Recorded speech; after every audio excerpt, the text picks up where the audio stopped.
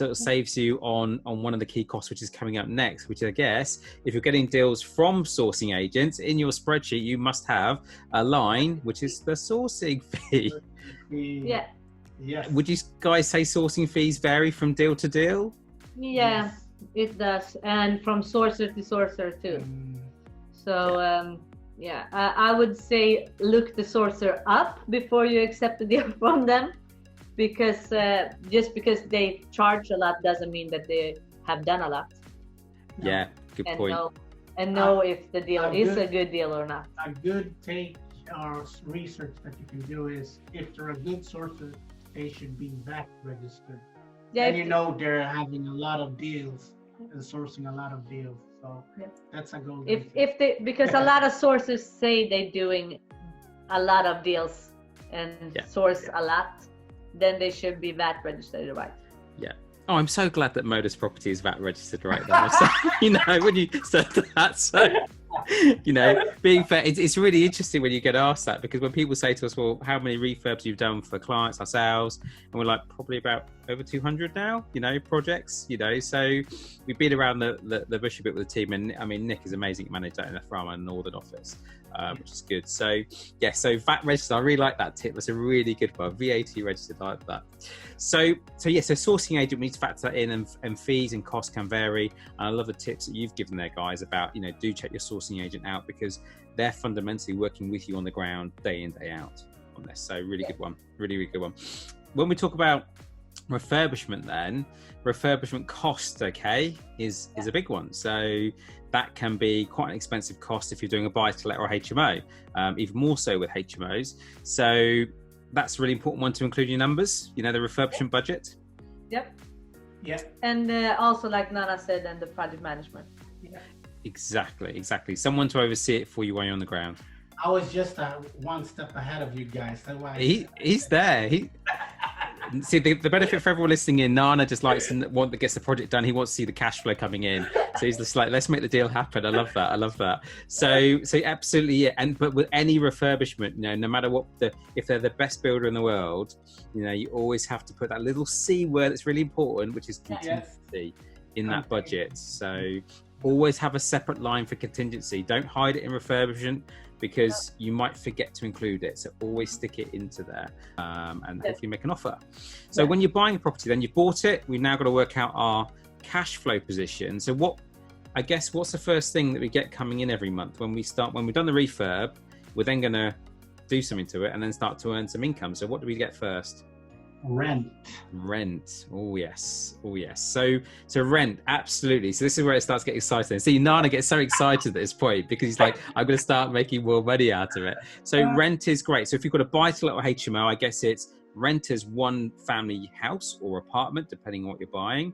But if you've got, say, a 5 or 6 bedroom HMO, then it's working out your room rate, isn't it? Yeah. So do you guys, with your room rates, because I know sometimes some people have single rooms and double rooms in a HMO, do you just do like an average for the property, or do you work out the individual room rates? Because a double might be more than a single. Yeah, well, we only do rent-to-rent HMO, right? We don't have, we don't buy HMOs. Yeah.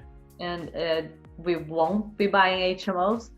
But we go off smaller rooms, less rent, the biggest room, highest rent. Yeah. So you work out each individual one and then put that into your number. So then you have your gross sort of rental figure per month, basically, which is great. And then you've got your rental income coming in. And because I guess if you've bought this property, you know, with some form of lending in this scenario, then you're going to have some sort of mortgage payment to come out every month. So every month you're going to need to pay a mortgage payment on that property. And again, interest rates vary from deal to deal, from location to location. But that's something to bear in mind. And I guess, like you said, the mortgage loan to value will be somewhere between, in your numbers, you were saying somewhere between sort of 65% to 75%. Is that a fair comment? Yeah. Good. And then we have letting fee. The letting agent needs money, or she. Yeah.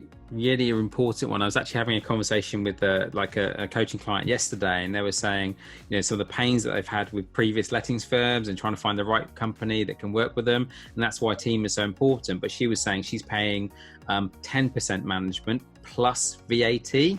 So you've got to factor in the VAT part, the tax on top of it. So letting agent management fee is crucial to collect your rent every month and manage your property day to day, which is really good. What's next? Maintenance, member? Maintenance, yeah, maintenance. So maintenance, I know some of people listening will understand this, but maintenance is sometimes called MO, isn't it? Yeah. So it comes under your monthly operating expenses. So these are things like repairs along the journey, things that might pop up. In a buy-to-let, I guess your monthly operating expenses is relatively low, because if you've done a massive refurb and spent, say, £20,000 doing the property up, then it's unlikely you're going to have big bills to begin with. It'll be as time develops. So we account for it, but actually your cash flow position might be a bit higher every month. So you've got your rent coming in, your mortgage going out, your monthly operating expenses, and your letting management fee. Hopefully you're left with something quite juicy, which Nana loves, and that is what, Nana? Cash flow. Get so excited, don't you? The more cost you have in your spreadsheet, the better it is, because that's more realistic scenario.